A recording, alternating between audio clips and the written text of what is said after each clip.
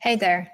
This is an interview with Professor Michael Gerlich, who works at Swiss Business School and is a researcher on the societal impact of AI. This is about his latest research, in which he surveyed 600 participants in the UK and discovered the relationship between AI tool use, cognitive offload, and critical thinking. Now let's get started. Thanks again, Michael, for agreeing to have this chat with me. I found your research because the topic I'm writing about the relationship between AI and critical thinking. I found a couple of research, and yours is one of them. It's really fascinating. So can you start with giving me the underlying theme of all those studies that you have done so far and what kind of story they convey, please? Okay, so my interest in AI is how AI has an impact on society from a sociology perspective as well from behavioral sciences perspective. AI is an amazing tool. It will definitely help us get groundbreaking developments, especially in healthcare sector, education as well. But it has not just the technological side, but it has as well as what's happening to us as individuals, as humans, when we use it, or in general, how will it impact us, for example, in the job market? Will AI replace humans? To what extent? How can AI and humans cooperate? So this is all the background where I am. I came to AI not just because I'm interested in the technology, but from a marketing perspective. I did studies on influencer marketing, micro-influencers, then went into virtual influencers. I saw that people said they trust a virtual influencer more than a human because they think they are independent in their opinion, and human influencers would have personal interests. I thought, this is strange. And then I dig deeper in the acceptance and perception of artificial intelligence in society and realize that we really have pretty much two extremes. So we have either people who think it's going to save the world, or the others say, oh, this is actually going to be our downfall, right? So we didn't really have a normal middle in that. With the technology evolving, I have a very good friend of mine who did his PhD in Cambridge. He has a company that develops virtual humans, pretty much deep fake used for chatbot. So you not just have a bot, but actually have a person.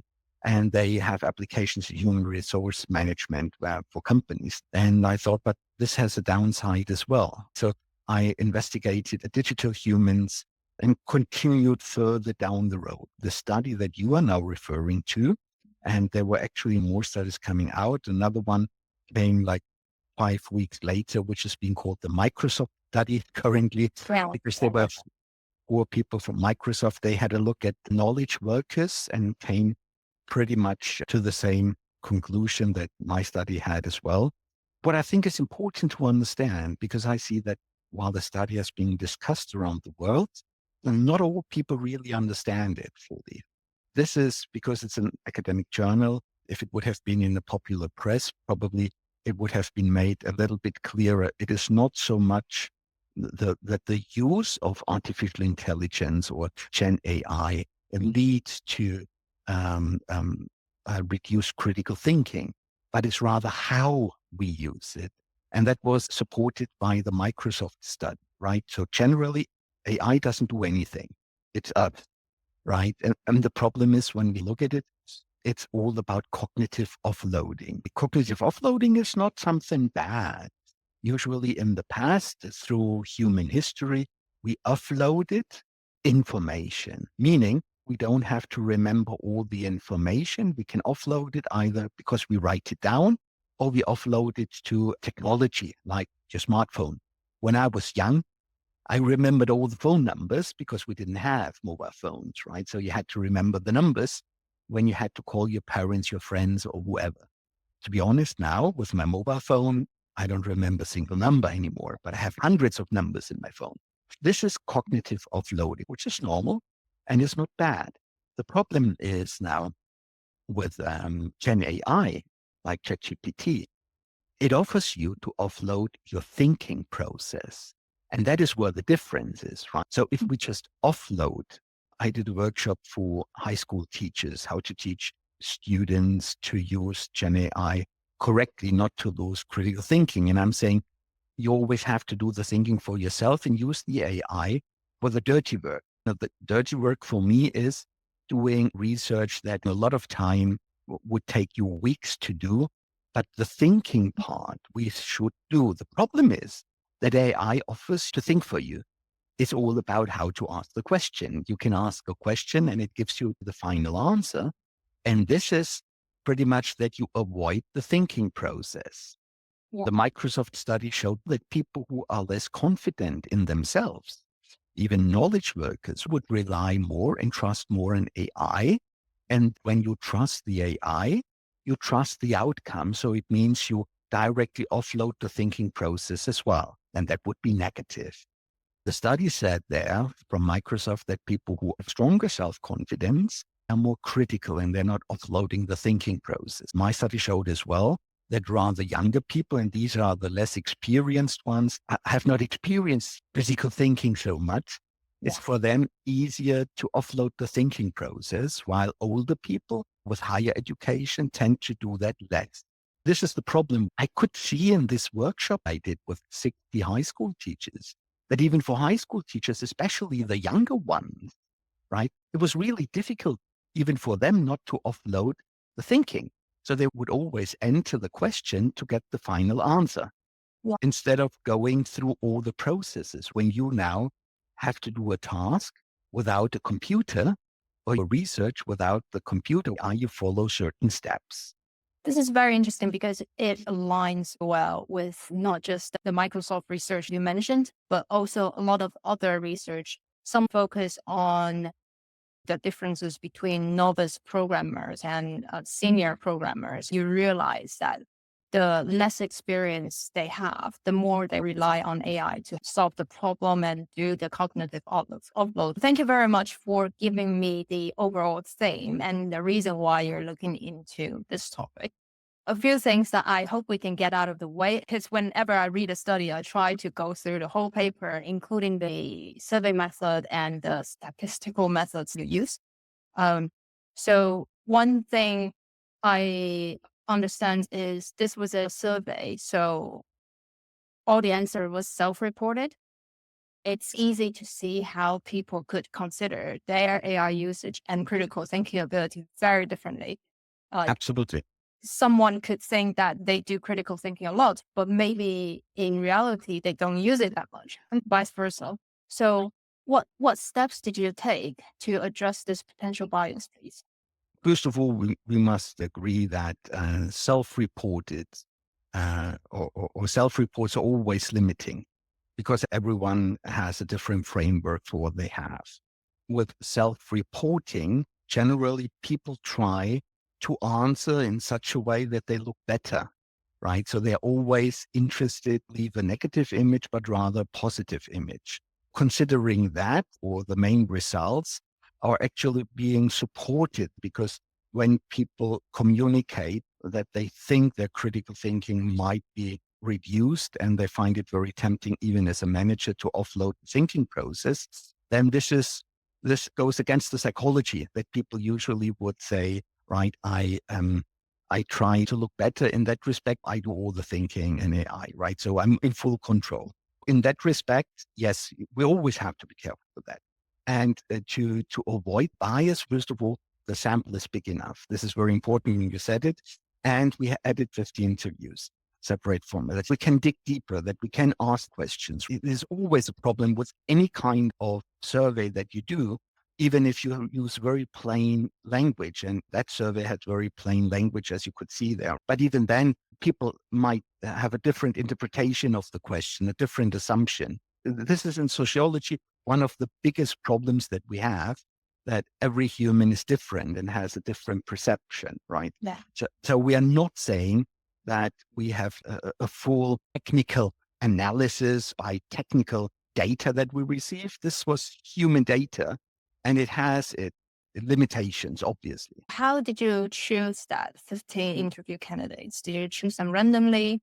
Yes. Or intentional, making sure that it across the demographic in your survey? Yes, no. Obviously, yes, we try to have from all demographics a good mixture, but still random, right? We did not pre-select people for the interview. It was the same to come to the 666 participants, valid respondents in the end. We tried to have a voluntary sample, which means we were trying not to influence too much. The only influence we had with the interviews, trying to have a mixed demographic to make sure representation from all demographics. Makes sense. Thank you. So the next one, just jump to the analytical part. The correlation you found between critical thinking and AI use, I'm looking at specifically table 5 that you're talking about, the correlation metrics. The number you got is actually extremely high compared to all the other social related study. It's like 0.89% of correlation between AI tool use and cognitive offload.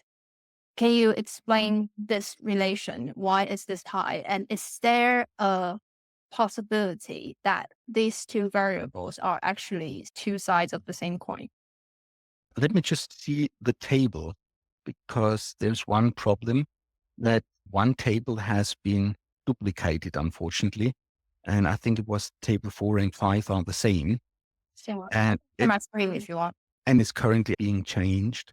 You're saying table 5, right? Yeah.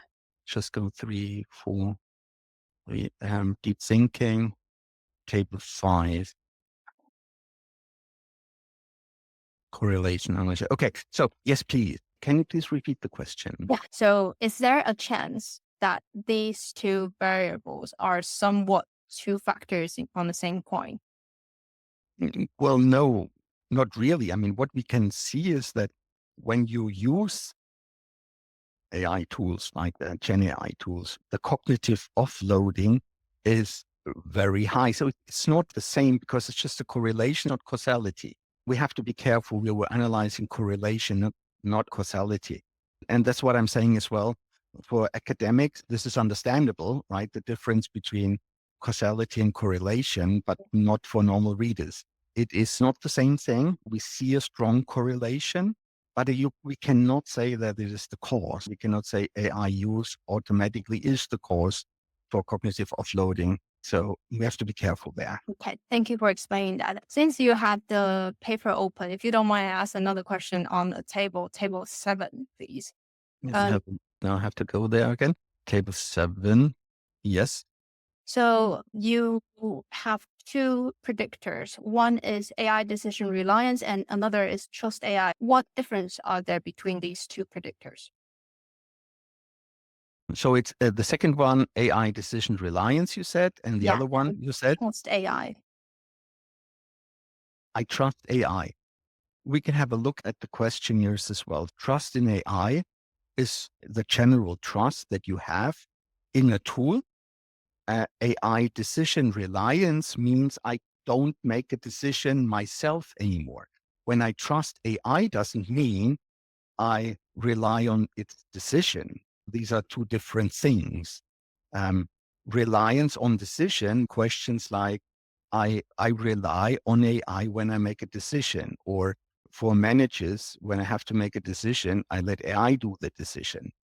Obviously, they are linked to each other. If I wouldn't trust, I probably would not rely on the decision. Yeah. But it doesn't mean automatically that when I trust an AI, that I'm not making the decision myself. There are two different things. Reliance on AI decision making goes beyond just trusting. Reliance on decision making include trust in AI, but not vice versa. Yeah, that makes complete sense. Then the coefficient here should be relatively high compared to in the current coefficient 0.1. If trust AI and AI decision reliance has some kind of relationship, as you said, the coefficient should be closer than what it is right now. Like I said, trust in AI is not really AI decision reliant. When we were looking at the different coefficients here, trust in AI and AI decision reliance are two different things. I understand from where you're coming. You're saying the coefficient should have been higher for trust in AI, but this was a multiple regression coefficient. In the correlation analysis, you see that trust was higher, but here it's 0.10. You would have expected it to be 0.8 or something like that because AI decision reliance is 1.05. Is that At least not that far apart. Just curious about if they're related. But it's fine because the evidence shows a high correlation between AI tool use and cognitive offload. I think when it comes to the trust relationship, it was not one of our biggest focus that we had with the questions, that the Microsoft study was fully focusing on trust, Yeah. right? For us, it was important to look at cognitive offloading and critical thinking. Trust plays a role there. I was thinking of combining and adding trust more with the next research, because we could see in the research that trust in AI plays a more and more important role. Now, to what extent now combining what we had, trust in AI, what the Microsoft study had, what we had now, combine this all together and include trust as a more important variable, which was not the dominant variable we were looking for in this study. That makes sense. Then maybe because I didn't look at this table side by side with the survey question. So maybe it's also affected by the survey's question, and that's really Yes. likely. So we got the data and the analytical part out of the way. When you did those interviews plus the study that you found, what are the more unexpected discovery from this study overall? For me, the most unexpected was what I told you at the beginning. Usually in social sciences, we have to rely on interviews, surveys, but people either consciously or subconsciously give answers. They think that the person that's interviewing or is conducting the survey would like to hear that you leave a better image. I was surprised because the expectation was that people would not be so honest about it, right? Because in our Western society, it is not considered for a manager to say, well, it's really tempting, and because we have so much pressure, I'm actually thinking of offloading my critical thinking. That does not leave you in a good picture, right? So that was really surprising. The reality is even more extreme than what the study shows, because, Yeah, that's like I said, actually this psychological momentum that people have in an interview, right, is very strong. This is why we often away from interviewing people to observations instead of asking people what. We went home and had a look at their refrigerators, what they were buying, because there was always misinformation. People are trying to look as good as possible. And this was surprising that the results actually were not. yeah. So, That exactly was my next question. If people were already trying to perform well during the survey, then maybe in reality there is a higher correlation than what you have I think observed. Well, I think so, right? I mean, there is another study that was about anxieties on AI that we did, right? This was really fascinating because we did focus groups in a social environment where other people were around. Everybody said, oh, we don't have any anxieties, right? It was nearly 100% that said no anxieties. As soon as the first one started talking about it slowly and but surely, more and more added that they have anxieties. In an anonymous survey, 90% said that they have different anxieties when it comes to AI. So we can see that the social part of, what is being expected from me in a society where everybody is so happy about AI, and people don't really answer directly honest, but rather in what's being expected from them. So I agree, I think, but not as a scientist, right? Just as a personal feeling, I think that it could be even more extreme than what those studies that are currently being published actually show. Yeah. Could be Okay. that the effects are even worse. So it's more like a follow-up question. If you think that people actually rely on AI way more than you have already observed, I guess it's obvious, but I'm still going to ask the question. Do you think this is a good thing or a bad thing that Mhm. people do less and less critical thinking in their day-to-day job? Well, obviously, we would say that it's not a good thing.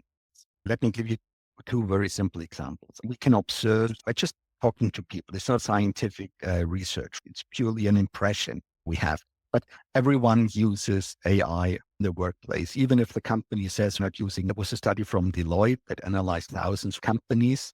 Employees said it was the 74 or 76% that they would use Gen AI tools, even though it might be prohibited by their employers due to data security reasons. So companies are not aware that their employees are actually using it. Now the performance increases, the supervisors get faster answers, the emails are more refined, whatever it might be that they do.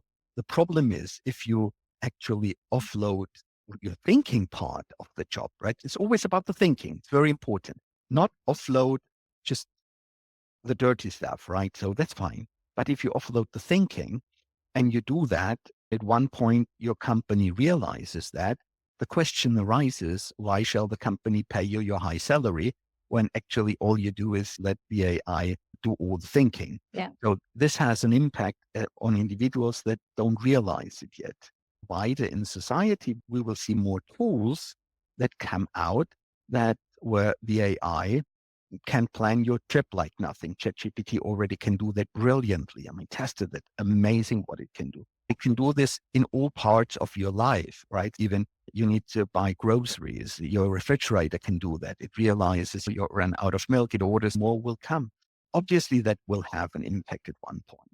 We see a strong correlation with the appearance of social media, right? How people actually now think, because it seems that due to social media, information is being consumed rather than critically processed. It's just consuming headlines rather than reading the whole story.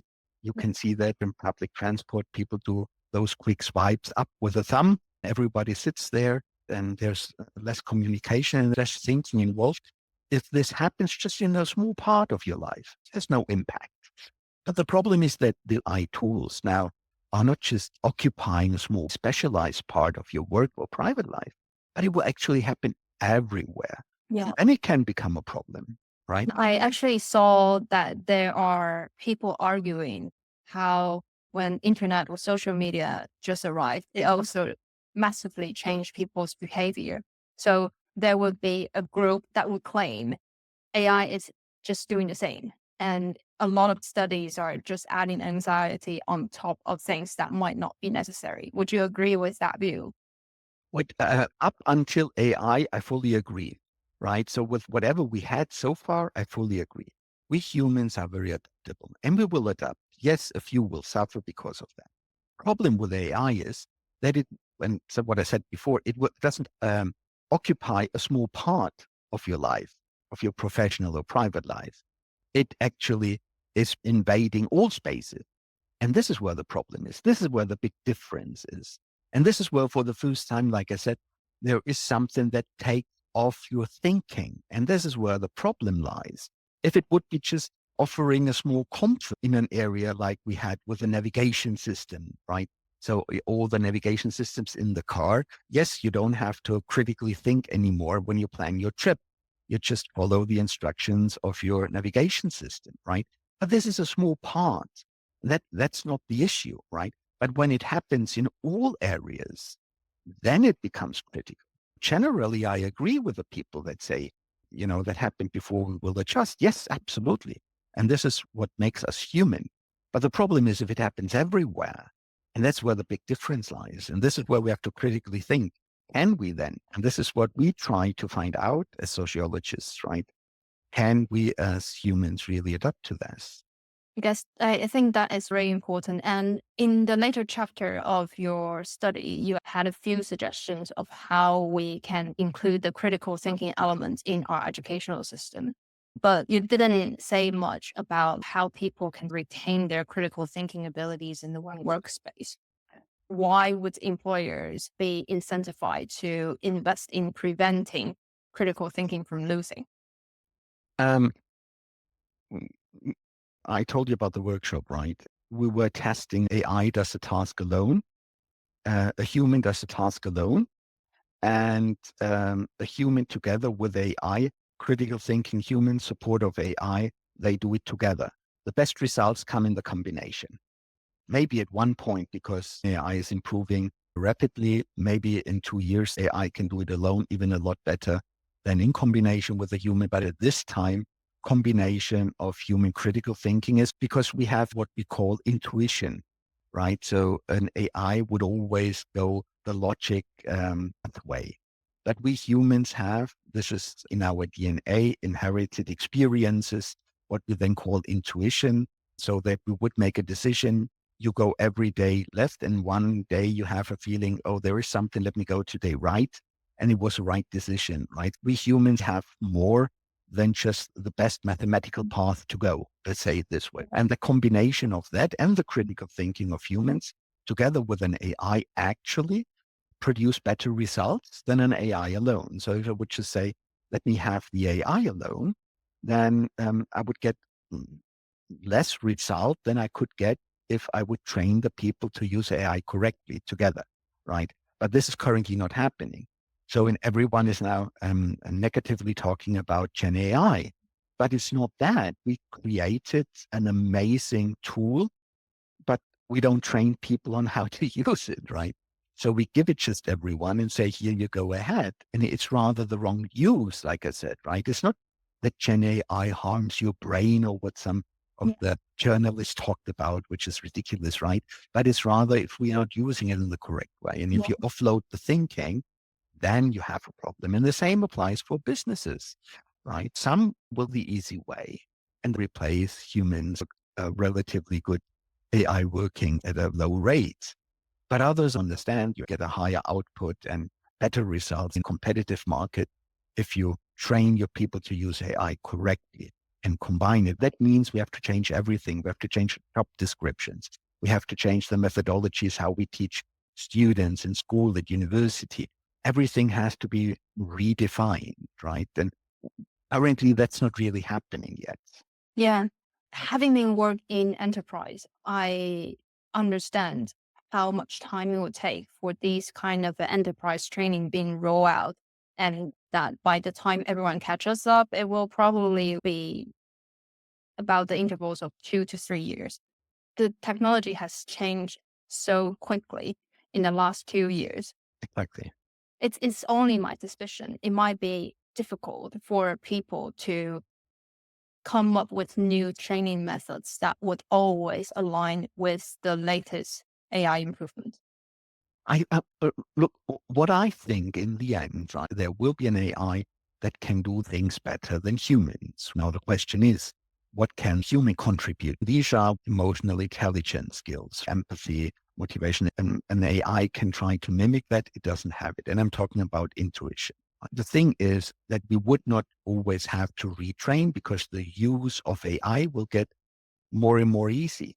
Then we saw that the prompting will get more easy. It already got very simple by now, right? So I think it's not so much we are used to train the hard skills, right? We train those skills. How do I use a program? How do I use the software?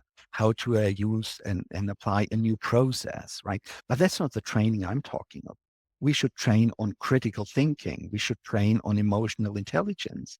The hard skills will probably in the future be covered by AI and robotics, but we rather should focus on the soft skills and then combine the excellent hard skills that robotics and AI combine together with the soft skills that humans can bring along. And I think that is a solution. Yes, there will always be people who say, I don't care about soft skills, right? I'm just going to go with pure facts and I don't care without any emotion. Let's fire everyone and I just go for the profit, right? That might be, but then for others not. And this is a different kind of training that will not change with the evolution of AI.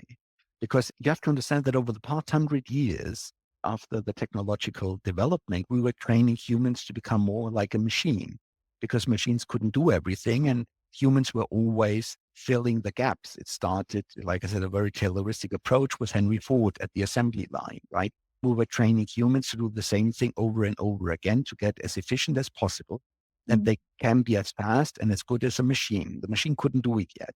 But now, as machines will be able to do everything, we'd rather have to train humans to be more human again. because now training humans to be like a machine, to be so efficient like a machine, this doesn't work if we're already outpaced by the technology, right? So it's a different kind of training I'm talking for companies as well. Yeah, you did explain it really well. It also makes a lot of sense, focusing on enhancing human soft skills instead of trying to continue what we've been doing in school in the last hundreds of years, just memorizing things or calculating things that machine can. That's really helpful. Yes, I have to run. I'm so sorry. It's really interesting to talk to you. If you have any other question, write me a quick note. I will answer by email. I wish you good luck with your article. I'm sure that it's not going to talk about shocking news, AI damages our brain, but rather a very sophisticated, which I appreciate very much. I will Thank you. share the article with you, of course. I really appreciate this opportunity to have this chat with you. It's a fascinating 30 minutes that I just experienced. Thank you very much. Thank you. It was a pleasure meeting you. Bye. Bye-bye. Bye.